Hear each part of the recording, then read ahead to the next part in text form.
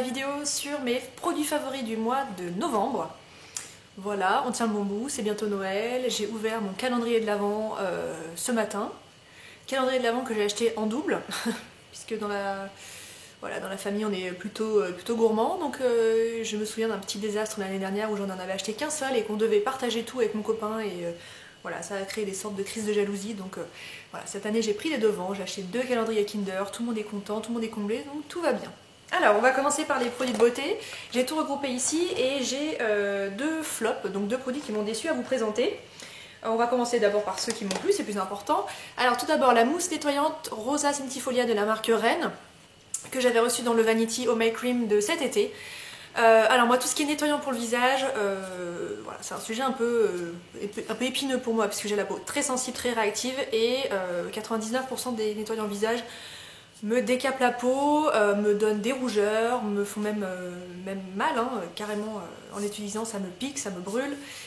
J'ai parfois des réactions allergiques, enfin voilà, j'ai assez de difficultés à trouver des nettoyants doux, c'est pour ça que ça fait très longtemps que je me démaquille à l'eau micellaire puisque c'est la solution de démaquillage la plus douce que j'ai trouvée. Ce démaquillant, donc je l'ai reçu dans le Vanity, donc je me suis dit bon bah voilà, on va lui donner sa chance. C'est marqué pour tout type de peau, mais il est bien précisé qu'il n'y a pas de détergent à l'intérieur.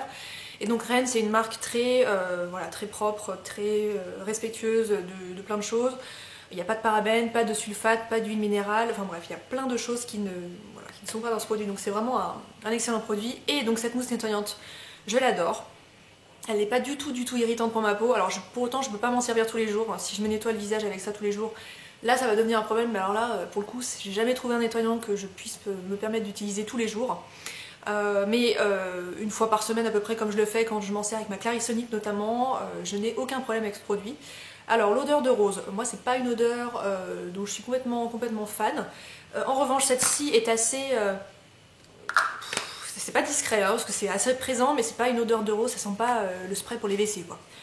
Voilà. Je suis pas extrêmement dingue de l'odeur, si ça pouvait sentir autre chose, je serais contente, mais bon, je fais avec. Et l'essentiel, c'est que ça dure pas longtemps, bien sûr, parce qu'une fois que vous avez rincé le nettoyant, voilà, vous n'avez pas le visage qui sent la rose pendant toute la journée. Donc voilà, si vous avez la peau très sensible, très réactive comme la mienne, je vous conseille ce produit. Par expérience, Rennes, je crois pas que ça soit une marque qui soit très donnée, donc je pense que c'est un nettoyant qui doit coûter entre 20 et 30 euros. Mais bon, voilà, c'est un très bon produit, il y en a 150 ml, et vu que c'est une mousse, ça vous permet d'en utiliser assez peu. Voilà, en une ou deux pompes, vous avez largement de quoi nettoyer tout votre visage. Et moi, j'en suis ici, voilà, donc il me reste plus beaucoup. Je sais pas qu'est-ce que je vais faire une fois que je l'aurai terminé, mais je suis susceptible de la racheter tellement je l'ai aimée. Donc voilà. Alors ensuite, alors ça c'est un favori pas très glamour, mais bref, c'est un déodorant. Alors c'est pas celui-ci en particulier, en fait je voulais vous parler des déodorants en stick, parce que ça fait longtemps que j'utilise des déodorants en billes. J'aime pas trop les déodorants en spray, j'en ai un dans mon vestiaire au travail parce que c'est la manière la plus simple de se rafraîchir un peu au milieu d'une journée, mais le matin c'est pas quelque chose que j'aime beaucoup parce que je trouve que c'est froid, c'est la chochotte qui vous parle, mais je trouve pas ça très agréable à utiliser et bon, j'ai pas une transpiration excessive, mais moi je déteste la moindre sensation d'humidité sous les aisselles, c'est un truc que je déteste par-dessus tout, donc j'ai besoin de quelque chose d'assez puissant, costaud. Et en fait je me suis tournée vers un déodorant en stick parce que j'avais plus de déo, j'étais dans un supermarché à Genève au milieu d'une journée de travail quand j'étais en intérim et je me suis dit bah, tiens j'ai plus de déodorant, il va falloir que j'en rachète en urgence et je me suis tournée vers celui-ci qui est en stick et en fait c'est la révolution puisque c'est extrêmement efficace, c'est doux, ça ne colle pas, ça ne poisse pas, ça ne laisse pas une sensation un peu humide sous le bras. Ça s'utilise extrêmement lentement. Alors celui-ci, ça fait, sans rire, ça fait peut-être 2 mois et demi que je l'ai et j'en vois pas le bout.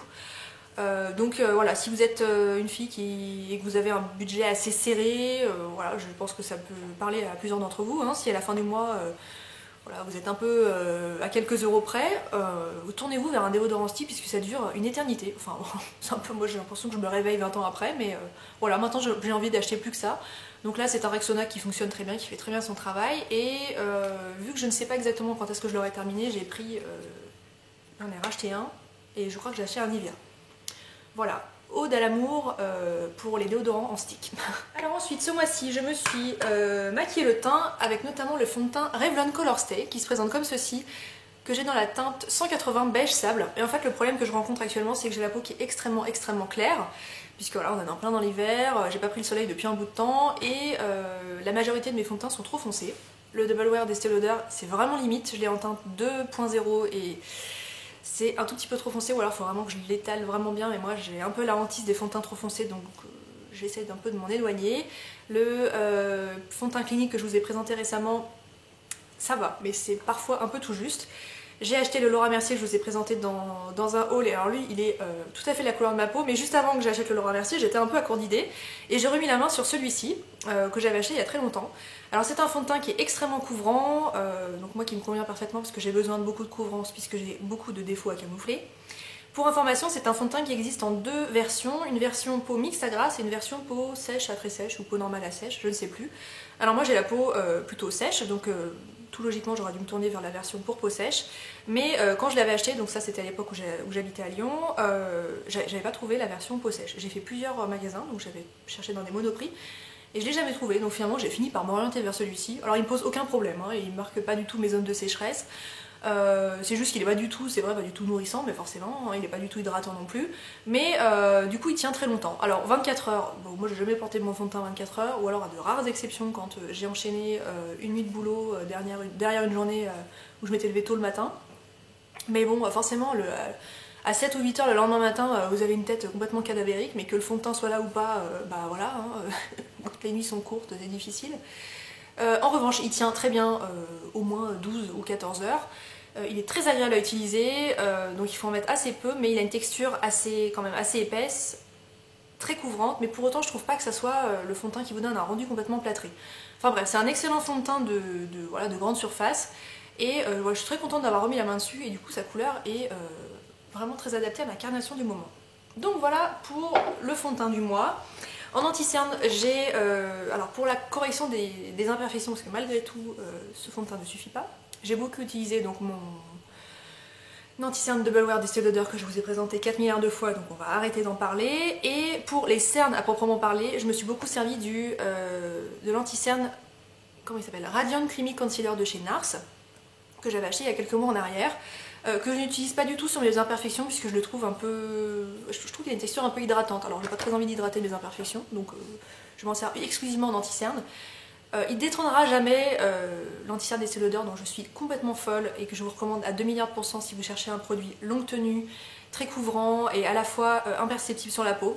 Celui-ci ne lui arrive pas du tout à la cheville. En revanche, en termes de couleur, il est exceptionnel puisque l'anti-cerne d'Estée Lauder existe en, alors je sais plus, peut-être 4 ou 5 teintes. Moi j'ai la teinte numéro 2, mais ce sont des teintes qui sont à peu près toutes sur la même, comment dire, sur la même gamme de couleurs. C'est un beige un peu basique. Chez NARS, si vous voulez un produit teint qui a exactement la couleur de votre peau, c'est une marque vers laquelle il faut se tourner puisqu'ils proposent tous leurs produits teints dans une catégorie de couleurs absolument astronomique. Donc moi celui-ci je l'ai dans la teinte Light 3, voilà, parce qu'il y a Light 1, Light 2, Light 3, donc moi j'ai le Light 3 qui s'appelle Honey.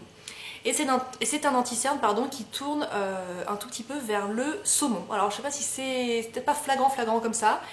En tout cas, et c'est là que je veux en venir, tout ça pour ça, sous les cernes il est absolument idéal puisque il contrarie bien moi le côté un peu foncé, voilà, c'est pas très glamour mais c'est comme ça, de mes cernes.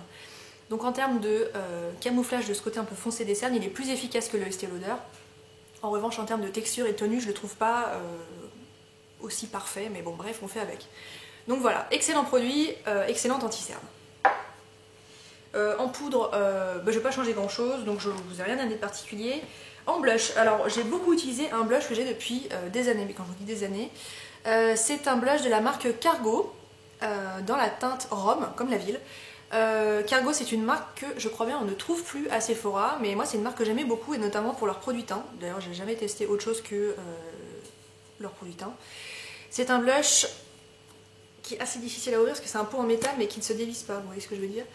Et alors il a une couleur absolument magnifique, il ressemble un petit peu au blush Orgasme de chez NARS, sauf qu'il tire plus sur le pêche que sur le rose. Voilà, donc moi c'est une harmonie de couleurs que j'aime beaucoup.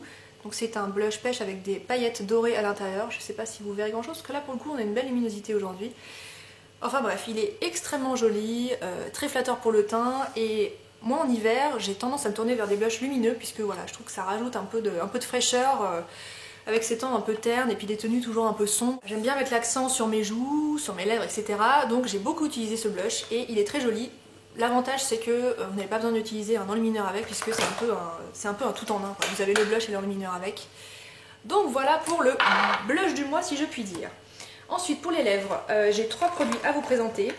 Alors mon baume à lèvres du mois, mais alors un grand favori, c'est le baume de la marque Fresh et de la gamme Sugar, et celui-ci c'est le Advanced Therapy, que je vous montre ça d'un peu plus près. Voilà, c'est un baume à lèvres que j'avais acheté lors de ma commande Sephora USA via Shipito. Donc Fresh est une marque de produits de soins et qui est notamment connue pour ses produits lèvres dont je suis en train de devenir complètement fan. Donc j'avais acheté un petit kit de baume à lèvres teinté pour tous les jours que j'aime beaucoup. Alors ça c'est le coup de cœur massif, donc c'est un baume à lèvres qu'il faut utiliser la nuit. J'en suis déjà à là, enfin bref, je l'utilise à vitesse grand V. Ça se présente sous la forme d'un stick comme ça, donc c'est très facile à appliquer. Ce que j'adore par-dessus tout, et mon copain aussi me dit que c'est un vrai délice, c'est son odeur. C'est un mélange parfait entre la vanille et le citron vert. C'est vraiment parfait. Et comme je vous disais dans une précédente vidéo, c'est la réplique exacte de la bougie Yankee Candle qui s'appelle Vanilla Lime. Voilà, c'est exactement cette senteur mais en baume à lèvres. Donc si c'est une odeur que vous aimez, sautez sur ce baume à lèvres. Et il est extrêmement efficace, il répare très bien les lèvres. Voilà, j'en suis très contente. Et alors le truc qui fout les boules, c'est que la dernière fois j'étais en train de tourner le tube puis de dire ce qui était marqué dessus. Et en fait en bas c'est marqué Made in France. Voilà, alors pourquoi cette marque ne se commercialise-t-elle pas en France? Parce que c'est fabriqué en France et on est obligé de commander sur des sites à l'étranger pour pouvoir se les procurer. Donc c'est bien dommage. Donc Monsieur Fresh, si vous passez par là, faites quelque chose parce que c'est bien dommage. Alors ensuite pour les lèvres, je suis restée très sobre ce mois-ci. Le produit que j'ai beaucoup utilisé, c'est un rouge à lèvres de chez Nars. Et là je vais faire un peu un cri du cœur. Moi ce sont mes rouges à lèvres préférés. Enfin je crois, j'essaie de faire un peu le bilan de tout ce que je possède. Et mes rouges à lèvres préférés, je peux le dire, ce sont ceux de chez Nars. Et je trouve qu'on n'en entend pas assez parler. On entend beaucoup parler de leur Velvet Matte Lip Pencil, etc. Mais la gamme de rouge à lèvres en tube comme ça, je trouve qu'on n'en entend vraiment pas assez parler. Celui-ci est dans la teinte Love Devotion et c'est un joli orange comme ça, mais qui a une texture très transparente une fois appliqué sur les lèvres et qui est très confortable. Il est ici, il a un aspect un peu baume à lèvres, il est un peu brillant mais pas trop, il est crémeux mais pas trop. C'est une couleur que j'adore et c'est vrai que quand je sais pas trop quoi porter le matin, je me tourne très souvent vers ce rouge à lèvres. Donc voilà, je l'adore. Alors le deuxième rouge à lèvres que j'ai beaucoup utilisé ce mois-ci, c'est un peu une redécouverte puisque c'était devenu officiellement mon rouge à lèvres de sac à main. Donc si vous êtes une fille, je pense que vous voyez de quoi je parle. C'est ce rouge à lèvres qu'on me laisse dans le sac et on se dit voilà ça sera parfait si j'ai quelque chose à mettre dans la journée. Il est joli mais à la fois s'il est dans mon sac à main et pas dans la salle de bain il me manquera pas trop. Et donc moi ce rouge à lèvres de sac c'est le rouge caresse de chez L'Oréal dans la teinte Dating Coral, donc le 301. Qui se présente comme ceci, que j'avais acheté il y a très longtemps à Monoprix lors de leur sortie, donc ça fait un bout de temps. Et donc comme son nom l'indique, c'est un joli corail, un corail clair et qui à mon avis doit pas mal ressembler au... Oui, ça ressemble pas mal au Nars en plus pigmenté. Donc il est juste ici, il est extrêmement crémeux, c'est celui que je porte aujourd'hui, très facile à appliquer. C'est un raisin un petit peu plus fin que sur un rouge à lèvres classique, donc c'est facile à appliquer. Le tube est bien solide, il n'y a pas besoin de miroir pour faire des retouches dans la journée. Voilà, je suis complètement fan de ce rouge à lèvres et je me dis quel dommage en fait de l'avoir laissé dans mon sac et de ne pas lui avoir porté plus d'attention pendant toutes ces années. Donc voilà, je l'utilise beaucoup en ce moment et voilà, je l'aime beaucoup. Ensuite, pour les yeux, alors mascara, ça n'a pas beaucoup changé, j'ai toujours mon Maybelline. Ce mois-ci, j'ai beaucoup utilisé 2 produits. Le premier, c'est un crayon double embout de chez Kiko. Alors, on va plus voir grand-chose du coup parce que je m'en suis pas mal servi et qu'au bout d'un moment, les bouchons ont tendance à se rapprocher du milieu du produit puisque je les taille. C'est un crayon qui faisait partie d'une collection limitée. Alors, je suis absolument incapable de vous dire laquelle, mais ça n'a pas grande importance. Bon, tout ça pour dire que je pense pas qu'il soit encore trouvable. C'était dans la teinte 09. Et en fait, d'un côté, vous avez une mine un peu prune. Un prune bien foncé comme ceci, bien crémeuse. Et de l'autre côté, vous avez une couleur un peu plus... un brun en fait. C'est celui qui est juste au-dessus. J'aime beaucoup ce crayon. Il est très crémeux, très facile à appliquer. On peut l'estomper au doigt facilement pour faire un effet un peu mini smoky. Ce sont deux couleurs qui sont très jolies, qui se marient avec la plupart de mes maquillages du moment. Et puis voilà, moi je suis... Alors, Kiko c'est pas une marque vers laquelle je me tourne énormément, en revanche pour leurs produits yeux et notamment pour leurs crayons, je suis complètement fan de cette marque. Voilà, et ce crayon il a rien à envier à des Urban Decay, des Make Up Forever ou que sais-je encore. Et je me dis qu'une fois que je l'aurai terminé, je serais bien embêtée puisque je l'aime beaucoup. Donc voilà. Et la palette que j'ai beaucoup utilisée ce mois-ci, c'est une palette de la marque Revlon qui se présente comme ça, que j'avais achetée en Italie et j'avais fait un article sur cette palette il y a très longtemps et la marque m'avait envoyé un mail pour me remercier, ce qui était très gentil. Et il m'avait dit qu'en fait cette palette n'avait pas été vendue en France, donc c'est bien dommage. Elle a des couleurs absolument parfaites pour la saison, à savoir un petit rose pâle, une sorte de... un violet un peu prune avec des petites paillettes dedans. Alors ça, au milieu, c'est une couleur que je trouve absolument somptueuse et que je n'ai jamais vue dans aucune autre palette. C'est un beige avec des reflets gris et des petites paillettes dedans qui est absolument somptueux. Ensuite, vous avez un vert canard très très joli et ici un prune très très foncé, presque noir. Voilà, cette palette pour la saison, moi je la trouve absolument magnifique, sachant que je suis pas très fan du violet sur les yeux, mais voilà, ça reste dans des couleurs un peu rose-violette, mais pour autant c'est pas du violet vraiment flashy, genre lilas ou quoi. Et c'est une très très jolie palette, excellente pigmentation. Vous avez même un petit mode d'emploi à l'arrière qui vous explique comment appliquer les couleurs si vous n'avez pas d'inspiration. Et voilà, très contente de cette petite palette que j'ai ressortie et dont je me suis beaucoup servie ce mois-ci. Alors, les deux flops du mois. Tout d'abord, un shampoing de la marque Davine qu'on avait eu dans une Little Box. C'est le shampoing qui s'appelle Nounou. Voilà, c'est un peu original comme nom. Donc, shampoing nourrissant, illuminant, avec du miel de... Alors, chestnut, je sais plus ce que c'est. Des noisettes, non. Bon, bref. C'est pour cheveux colorés. Alors ça avait l'air très prometteur, voilà, une bouteille tout à fait simple. Alors vous voyez, je m'en suis quand même pas mal servie, parce qu'en fait j'ai eu pas mal de désagréments avec ce shampoing, mais je n'avais pas compris au début que c'était de sa faute. En fait, je m'explique, je m'en suis servie, du coup, je sais plus, 3-4 fois au moins. Oui, parce que j'utilise beaucoup de shampoing du coup, parce que j'ai beaucoup de cheveux. Et je me suis mise à avoir le cuir chevelu qui démange. Je pensais que c'était dû à l'après-shampoing Timothée. Alors après j'avais essayé des soins Léonore Grey, donc je me suis demandé si c'était pas ça. Et puis au bout d'un moment j'ai éliminé un peu les suspects un à un. Et non, le vrai coupable c'est lui. Donc il m'a créé beaucoup de démangeaisons du cuir chevelu. Avec des pellicules, enfin bref c'était vraiment pas glamour. Donc je ne m'en servirai plus. Alors je pense pas que ça soit un problème général. Hein. Je pense qu'il y a beaucoup de personnes qui utilisent ce shampoing et qui en sont très contentes. Mais vu le cuir chevelu sensible que j'ai, voilà, moi je l'ai pas du tout supporté.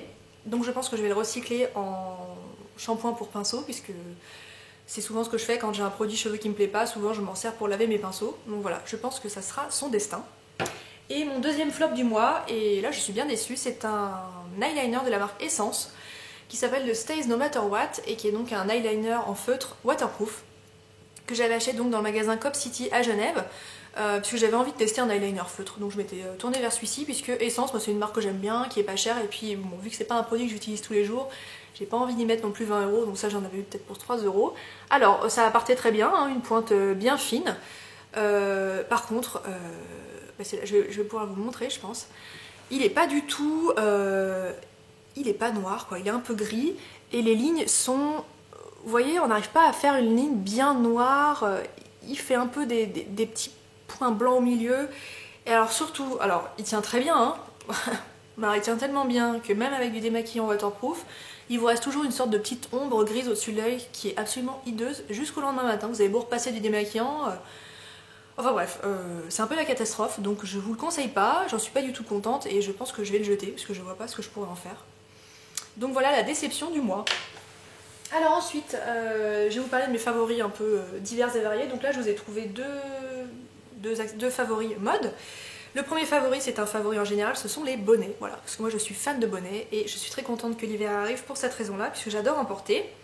Alors j'en possède plusieurs, mais j'en ai surtout qui sont pour le ski, donc pas vraiment chic pour le quotidien.